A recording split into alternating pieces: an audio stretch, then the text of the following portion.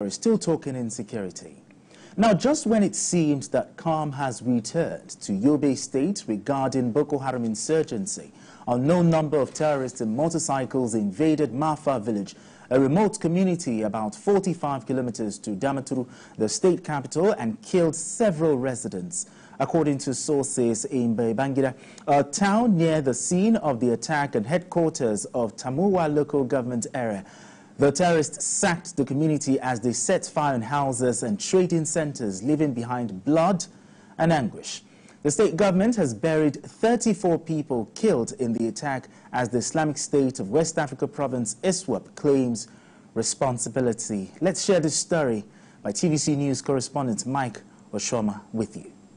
Autopsies of villagers killed by Boko Haram terrorists were evacuated from Mafa village to Babbangida, the headquarters of Tarmuwa Local Government Area. It was a dark day in Yobe State as the state government and residents of Babbangida and Mafa towns gathered to witness the mass burial occasioned by Boko Haram fighters on Sunday. Corpses of villagers killed by Boko Haram terrorists were evacuated from Mafa village to Babbangida, the headquarters of Tarmuwa Local Government Area. It was a dark day in Yobe State as the state government and residents of Babbangida and Mafa towns gathered to witness the mass burial occasioned by Boko Haram fighters on Sunday. The event is conducted by the Yobe State government in Babbangida town of Tarmuwa Local Government Area.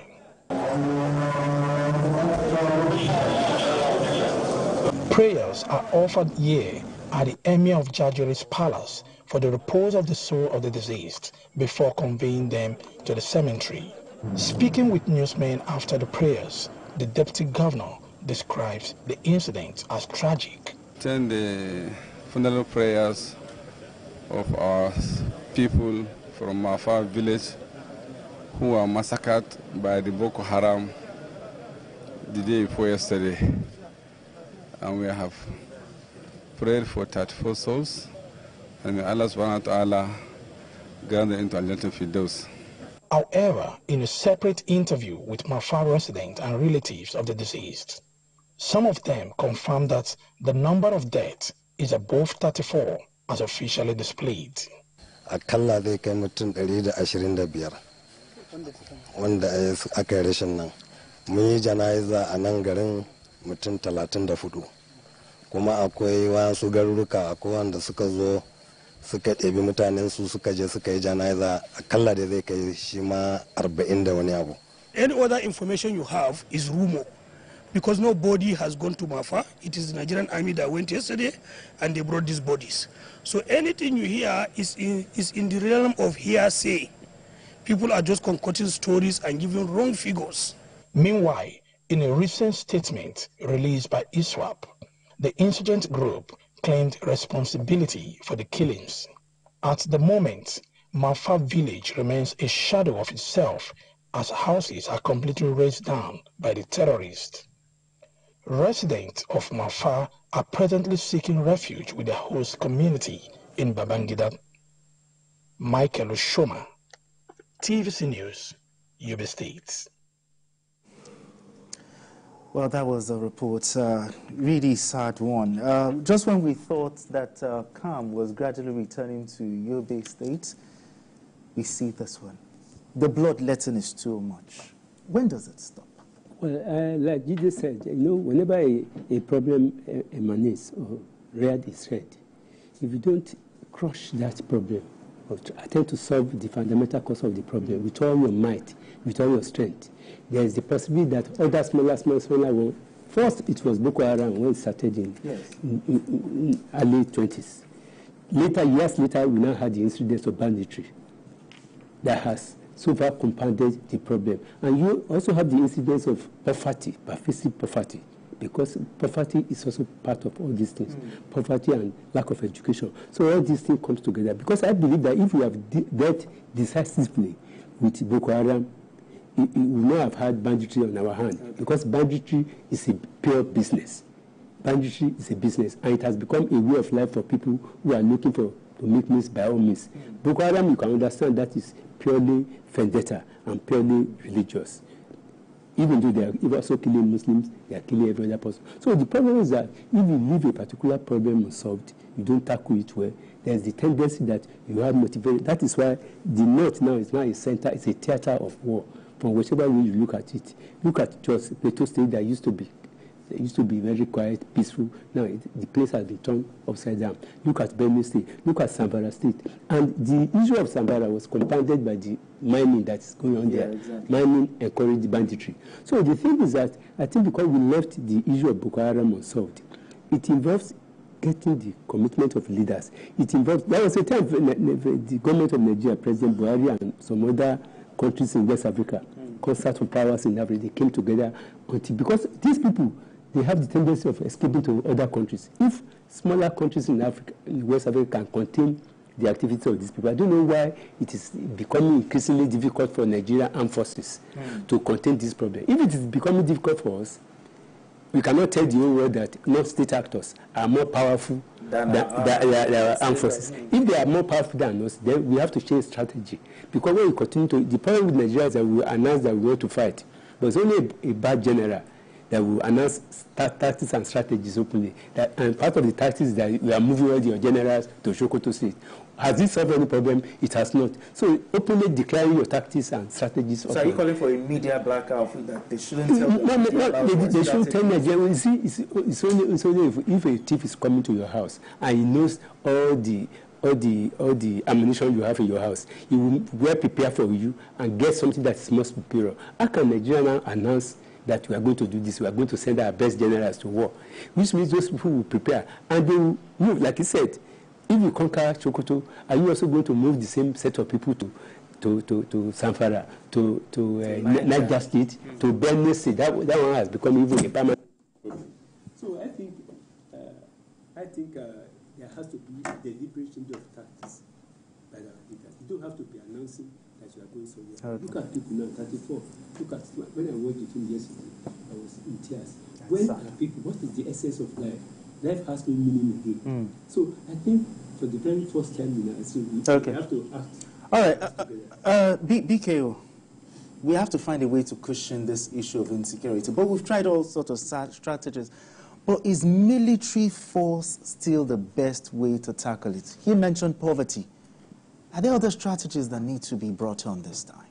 Yes, there is no way we can achieve victory if we are simply focused on the military solution.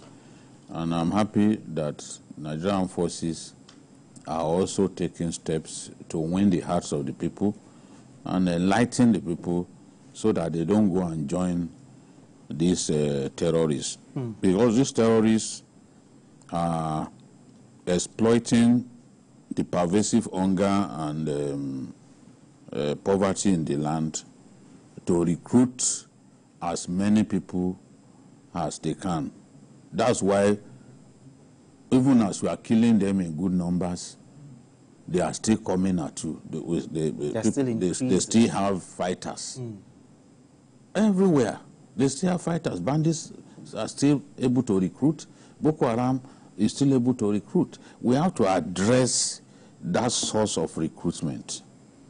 You go to some states, some communities in the north,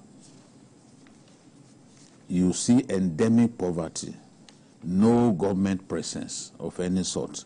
How will that not encourage some people to go and join Boko Haram?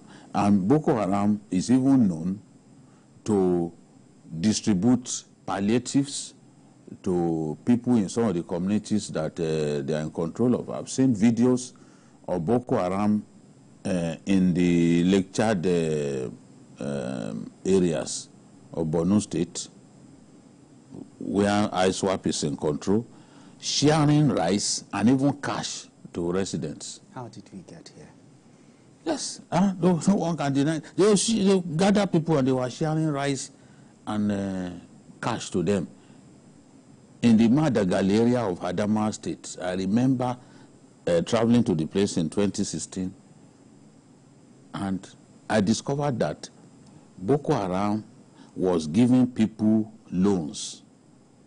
And if they are unable to pay, they then conscript them into to become fighters, to become terrorists like them. So because of the poverty... After I made the announcement on TV, the Nigerian army confirmed it about 2-3 weeks later, that Boko Haram was giving loans to people in Damaturu State. Many people didn't believe it at that time when I raised the alarm, but the army soon confirmed it. So we have to find a way to stop them from getting people to join them. We have to make sure that we provide good governance. Bad governance is also an enabler of terrorism and other criminal activities, because people have to survive. BK, let's look at intelligence. How intelligent is our intelligence? We have the DSS, we have the NIA. If it is compromised, it cannot be effective. If it is compromised from inside, it cannot be effective. Now look at, I'm pained that any time you see that Boko Haram kill people in very large numbers, is likely because they felt those people gave information to the military.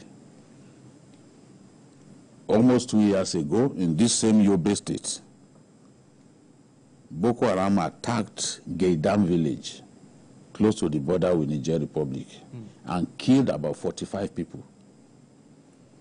Their reason for killing those people was that they provided information to the military, and the military now came and slaughtered them. So they waited, came back. This is what, based on the ISWAP statement, they are saying that the people in this community provided information to the military, which led to the death of their members. So they came back in anger. So we want our people to provide information about the movement of terrorists, so that they can send aircraft or even surface troops to serve justice to them. But if our people provide information and they pay with their lives in this manner, I can tell you that it will be difficult to get them to provide information, because they will remember that every time they do that, they pay with their lives in large numbers. So it still takes me to the fact that there is still a lot of work left to be done. Boko Haram may look defeated. You get the point? They may appear defeated. They may have lost some of their capabilities. The capabilities that they had in those days, whereby they will attack a military base, sack that military base, and loot weapons. They've lost that capacity. I can't even remember when last they did that. But it doesn't mean that. Okay. It doesn't mean that we've removed completely the threat that they constitute. Okay. This is what we are seeing. They still pose threats to our people. Even though they are not as strong as before, as they used to be. The military has done a good job of decimating them. Okay. I agree. But as I've always said, this is not the time to jubilate. This is not the time to relax. Okay. Because the enemy is still in a dangerous state, and the enemy still exists. We've seen that. You saw what happened what was this place called? The local government of Alundume, Goza, where Boko Haram unleashed suicide bombers, and they killed a lot of people. It's this year. So it's not as if the threat that Boko Haram constitutes has been obliterated. They still constitute a big threat to our people, and we must remember that we have not won the war.